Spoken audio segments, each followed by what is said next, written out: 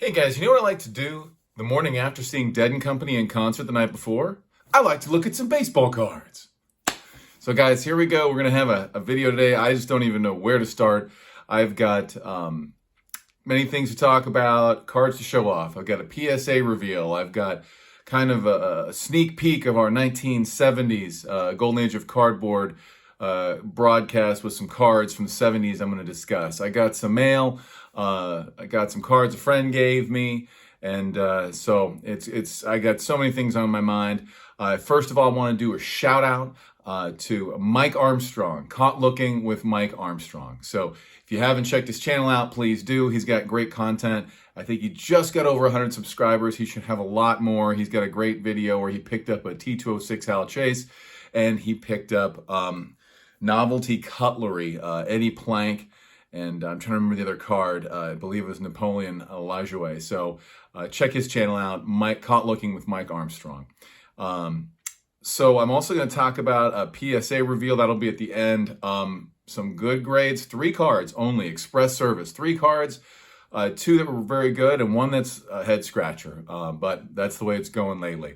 So I guess, and then don't forget to tune in. I guess Thursday, it's going to be the Golden Age of Cardboard, the 1970s. I'm looking so forward to this. I know Don and Mike are too.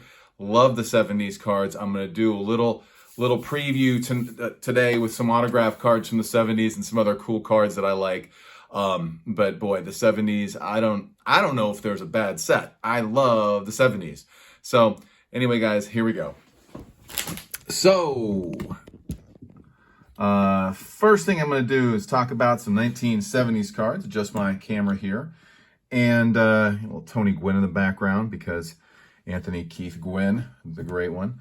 Let's talk some 70s cards. I wanted to just show off some of these cards because I just love them. Bake McBride, the style of guys in the 70s, you know, whatever it was, the Oakland days with, you know, all the facial hair, the long hair, the afros, just, it's great. And people did it with style. I mean, look at his cap. St. Louis Cardinals cap, looking like a Pirates cap. Anyway, just love me some Bake McBride. A great player, man. This guy was so good. I'm not talking, Rudy Law was good too, Joe Simpson. But Pedro Guerrero, what a player.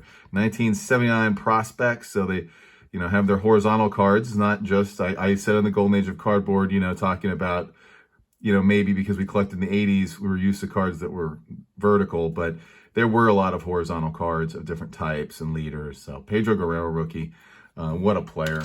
I have always loved this card. This is another 70s style card. I mean, you've got one of the most feared hitters in the game. The only man I think to hit 50 home runs in the 70s. George Foster, he's got his sideburns. You get the All-Star banner. You know, he's just going to light it up. I've always loved this card, just the colors on it. And you know, Foster's just was fantastic. Autograph cards from the 70s. You know, we're probably not going to talk about these on our podcast, but these Hostess cards are so awesome. I just have loved them for so long. I mean, what was better than getting Twinkies, a ding dong, and you get the panel of 3 guys on the back. So this is a 76 Dave Winfield autograph hand cut card. Going back again, I'm just going to go year by year. 75 outstanding set. Tom Seaver auto on this card. Wow, just, you know, Tom, terrific. What can be said about 75 tops? 74 tops. We got Steve Garvey in his MVP year. Again, you know, what a great first baseman. Speaking of great first baseman, 1977 MVP, Rodney Cline Carew on the 73 set. I just, you know, love this autograph and just the way the colors pop on this. The orange. 73, fantastic set. 72, I'm just breaking stuff. Sparky autograph, 72, Big Red Machine. Before they were, you know, super competitive at this point, but they would just then, you know, just be wrecking people by the time 75, 76 rolled around. And speaking of that, more 70s, Johnny Bench, autographed 1971 card. 70 MVP, 72 MVP, Johnny Bench, Hall of Fame 89. And last 70s autograph card, 70s card I'm going to show here. Ted Williams. The autograph's kind of hard to see, but it's right there. I've shown these cards off before, but it's been a little while. So this is 1970 Ted Williams autograph with ballpoint pen. What was his last card? Was this his last card? Or was it 71? Either way, I think this card is just outstanding. So those are some 70s cards. I got myself in the mood with the 70s. Okay, so my buddy Grimy Sports Cards, Eric, gave me these bad boys. The Jackie Robinson Topps 206. It's a Piedmont back. I said, man, I wish you gave me the Hindu Brown. Yeah, it's a lot more rare. I thought this card was really neat. This was another Thurman Munson, speaking of 70s guys. This card's numbered to 199, Topps Marquee, Thurman Munson. Speaking of 70s, I mean, I don't know, him and Fisk, two best catchers in the AL in the 70s, maybe, arguably. Other cards, pickups, Larry Frisch cards. Picked some of these up, and they were fantastic. I opened up when I ordered here, and they had sent me and gave me a free pack of baseball cards. So I'm going to give that to my kids, have Ryan and Gavin open it. And by the way, last night they tied their game. Gavin relayed that he hit it a triple and a single and stole 3 bases.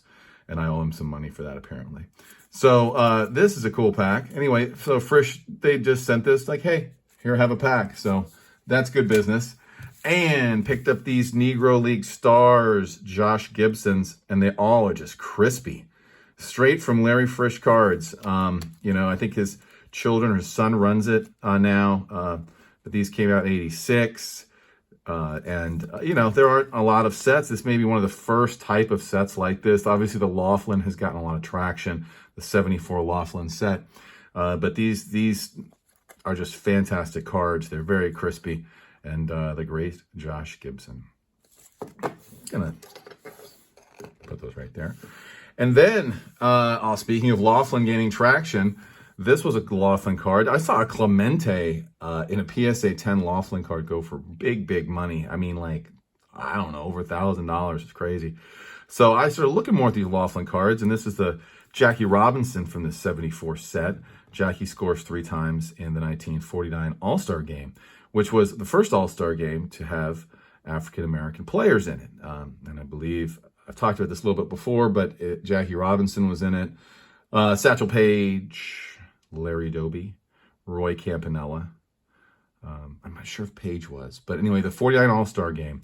And so just after I picked that up, I said, well, let's just see if we can find one that's graded.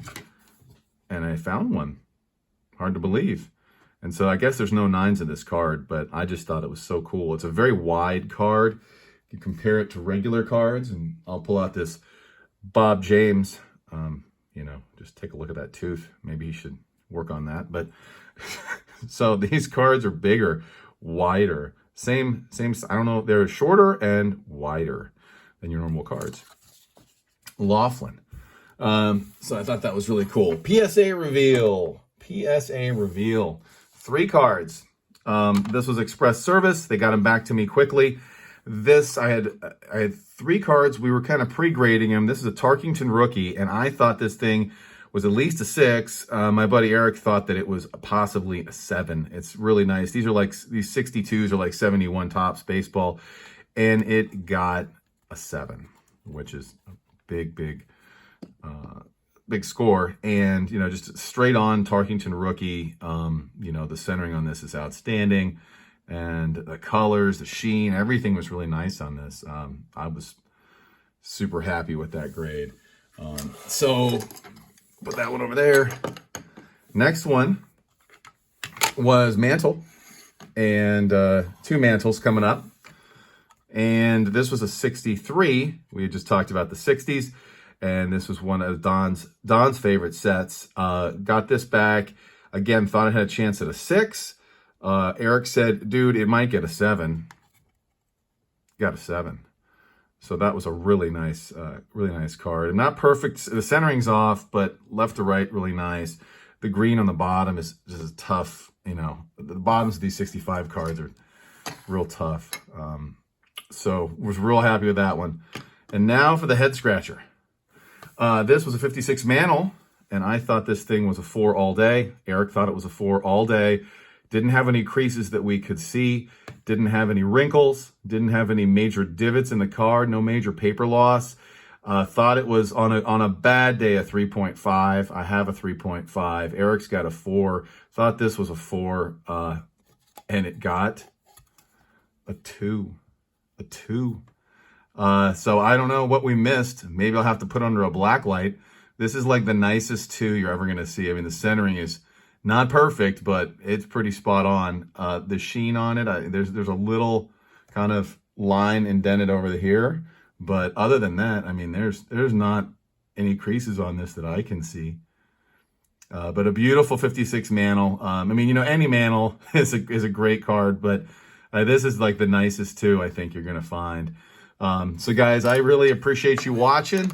Tune into the golden age of cardboard. Oh, last thing we're going to do an 80s also. Not Mike and I, but probably on my channel. So check that out. If you have the time to check out the 80s, we're going to probably put that together in the next couple weeks. Guys, thanks for watching and keep collecting.